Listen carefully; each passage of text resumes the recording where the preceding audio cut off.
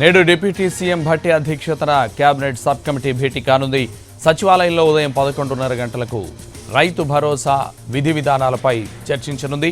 అలాగే కౌలు రైతులను గుర్తించడంపైన, రైతు భరోసాకి ఎంత నిధులు అవసరమన్న దానిపైన సబ్ కమిటీ దృష్టి పెట్టనుంది.